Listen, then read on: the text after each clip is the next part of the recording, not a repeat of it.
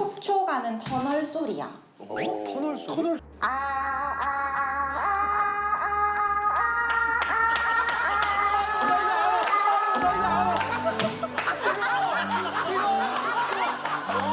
갈매기 소리는 뭐야? 갈매기도 있어. 오케이. 속초에서 들었던 갈매기. 속초 갈매기. 야! 야!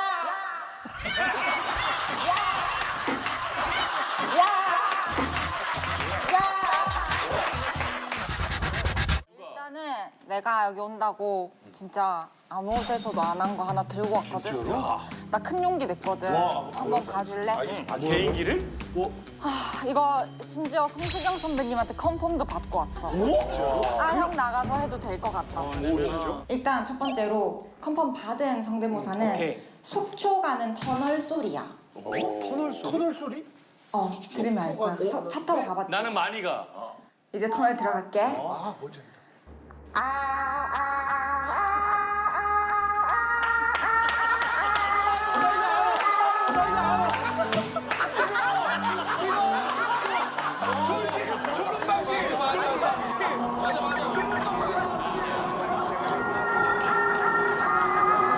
정선에서 내려오는 길에는 우울한 거 있잖아.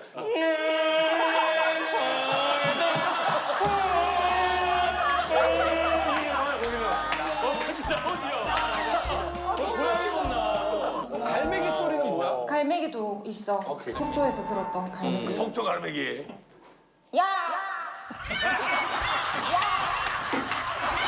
야! 야!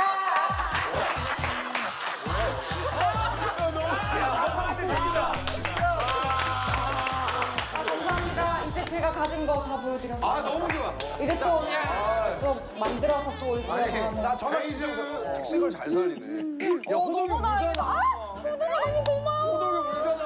호동이 갱년기라서 그래. 호동이 갱년기라서 갈매기 소리가 울잖아. 속초 갈매기 한 번 돼. 야!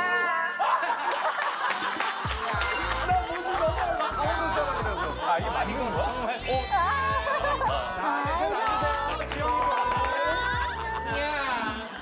헤이즈랑 지영이의 교우 관계인데 둘은 또 친하겠다. 헤이즈는 계속 뽀뽀 뭐 참음이라고 하는데 뽀뽀 입술 뭐 뽀뽀 이게 뭐야 넌?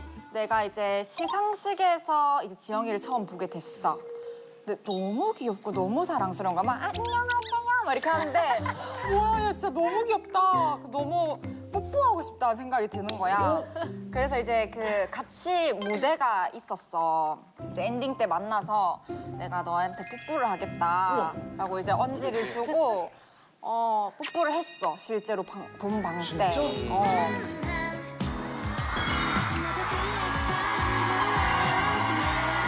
헤이즈가 기분이 좋을 때 좀 참는 성격이 아니고 기본적으로 좀 뽀갈파구나.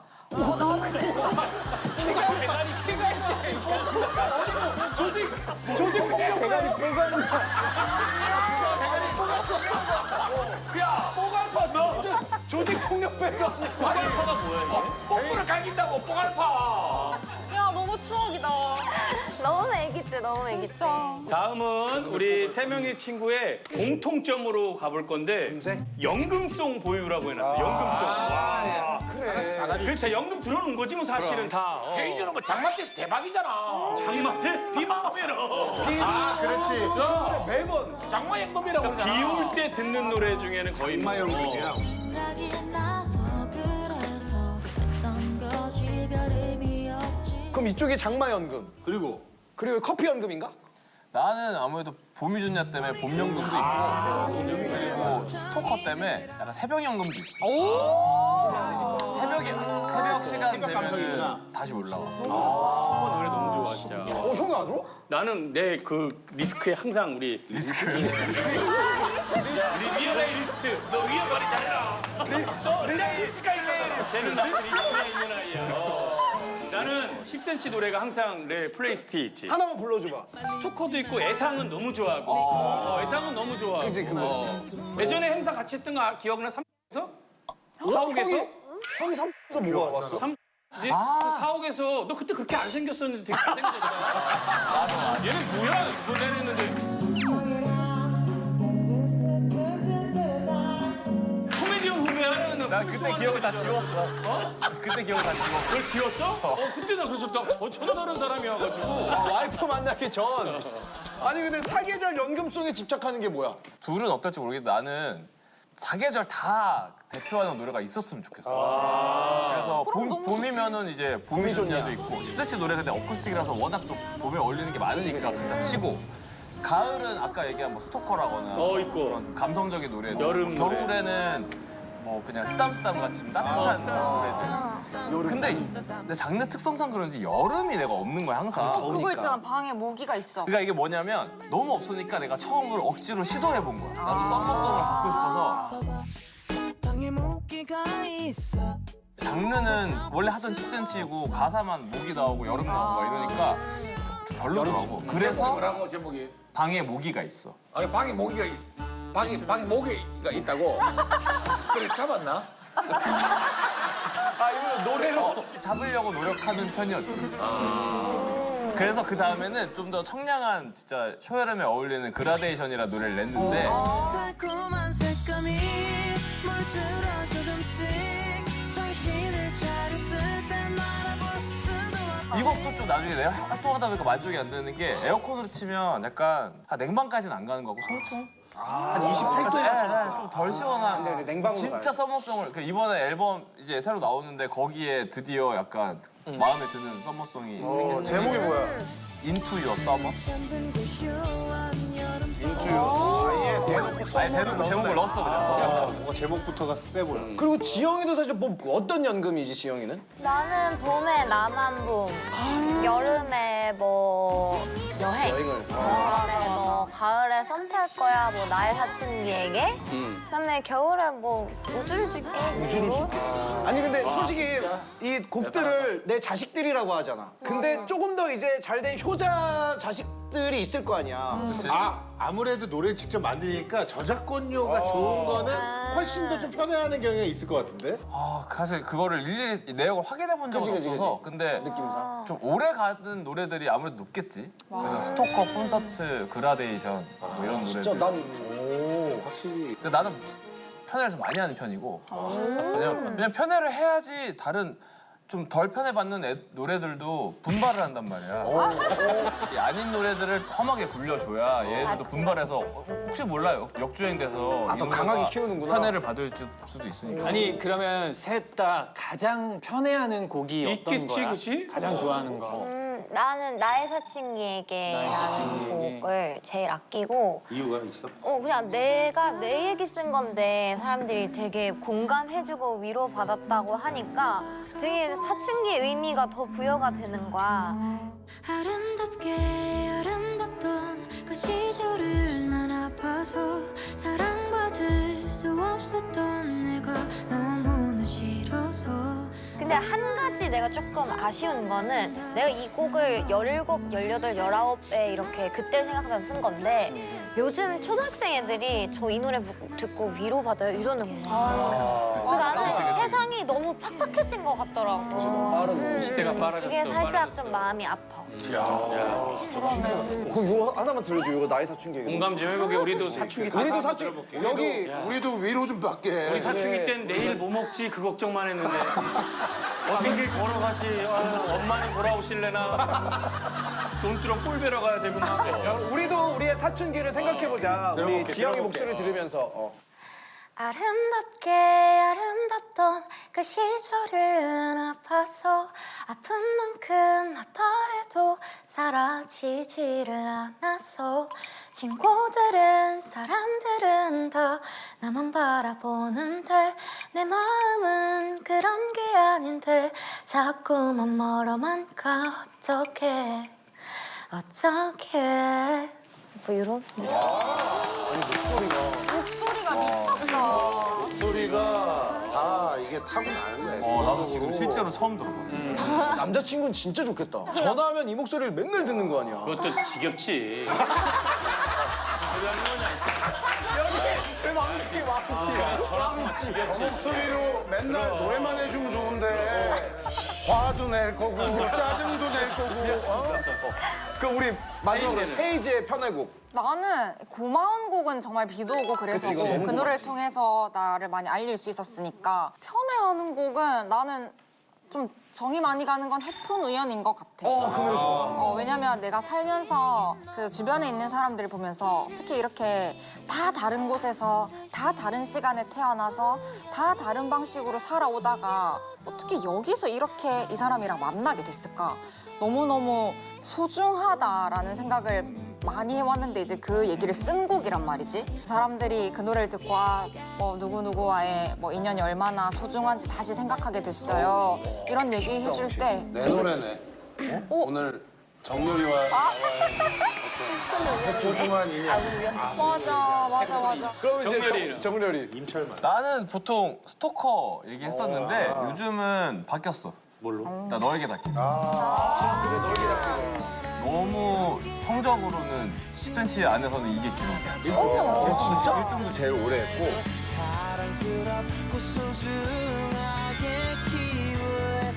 아니 근데 이 곡을 부르게 되기까지가 좀 뭔가 특별했대. 이게 원래 내가 15년 전에 불렀던 애니메이션 오프닝 주제가야.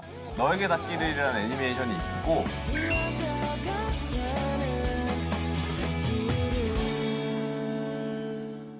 그때 나는 이제 젬베를 치면서 그 악기 치면서 노래할 때인데 돈이 별로 없었으니까 좀 약간 저가형 젬베를 쓰다가 나도 남들이 쓰는 좀 비싼 브랜드 젬베 쓰고 싶어. 그게 한 50만 원 정도 됐거든.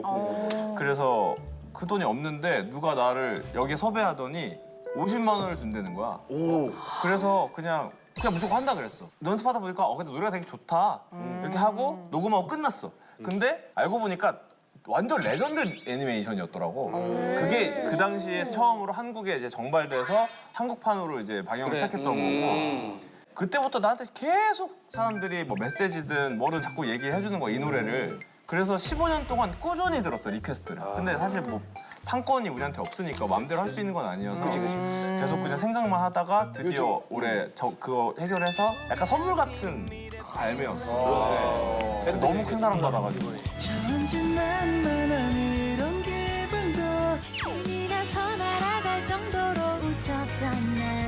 제일 중요한 거는 세 명 다 내가 볼 때는 노래하는 시인들이야. 그렇지.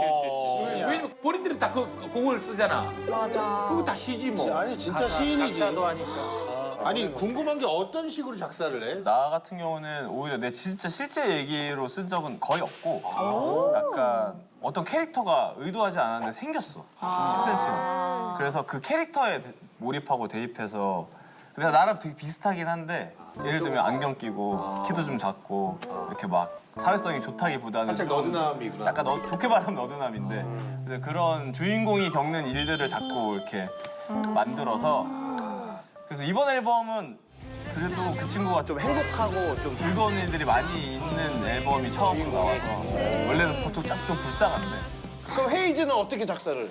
나는 그냥 거의 내 일기장이라고 생각하면 되고 내가 실제로 겪고 보고 듣고 느낀 이야기들을 멜로디를 입혀서 쓰는 방식이 많고 그래서 좀 사람들이 되게 있을 법한 얘기니까 더 공감 많이 해주는 것도 있는데 나로서는 좀 새로운 경험이 계속 있을 수는 없잖아 살면서 그러니까 좀 경험이 좀 멈췄을 때는 작업도 너무 안 되기도 하고 약간 옛날에 혹시 사귀다가 작업이 너무 안 돼가지고 일부러 헤어진 적이 있어? 그런 적은 없는데 근데 헤어지는 순간에 드는 생각을 바로 가서 노래 쓴 적은 있어. 그거 놓칠 수 없으니까. 진짜 감정을 노래로 그 친구는 혼자서 울고 어려운데, 불고 뭐 소주 마시고 난리 났는데 나는 거기서 가사 쓰고 있어. 아싸 저작금!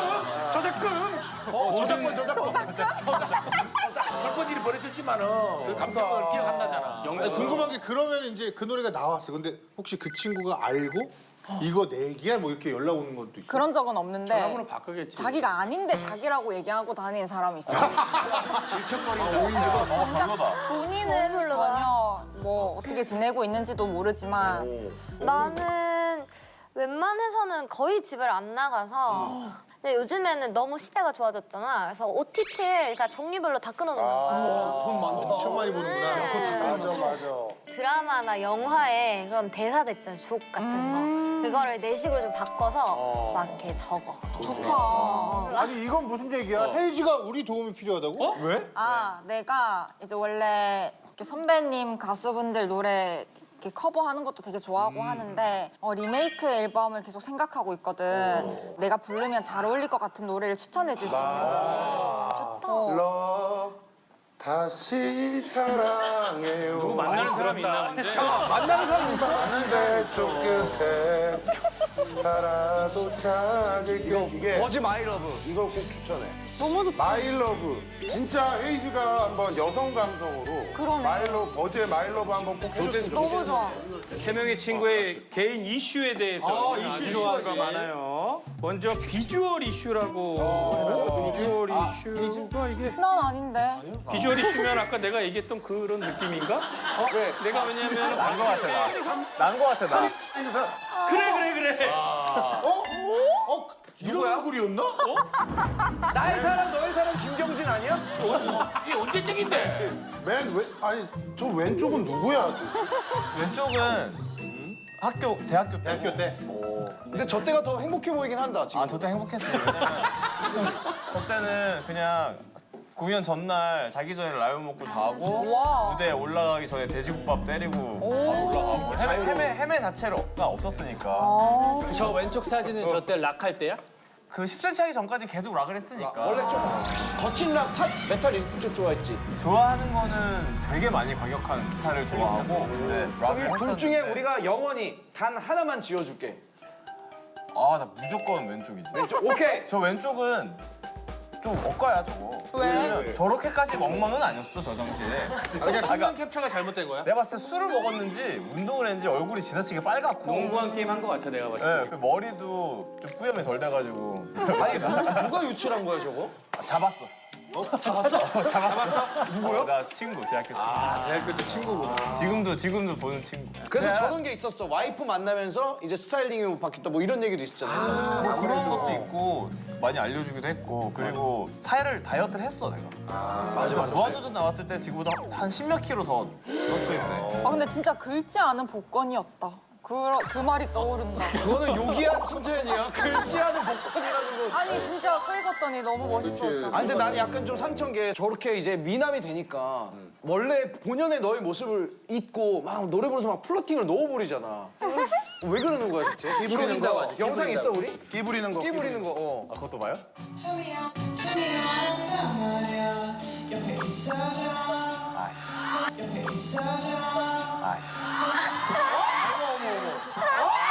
어머.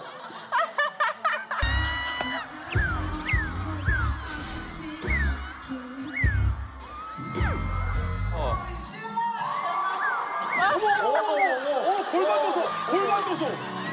완전히 홀리는구만.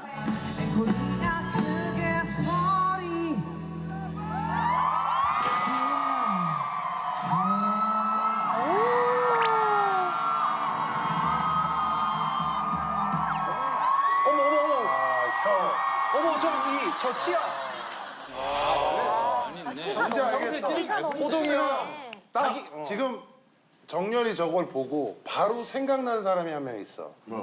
너무 외모와 생김새와 체형은 다르지만 저 사람 거의 강호동이다라는 생각이. 나 그 얘기 하려고 했어. 왜냐? 아니 이거 정렬이가 몰라서 그러는데 진짜 끼를 엄청 부려. 거의 약간 미쳤나 싶을 정도로 끼를 부리고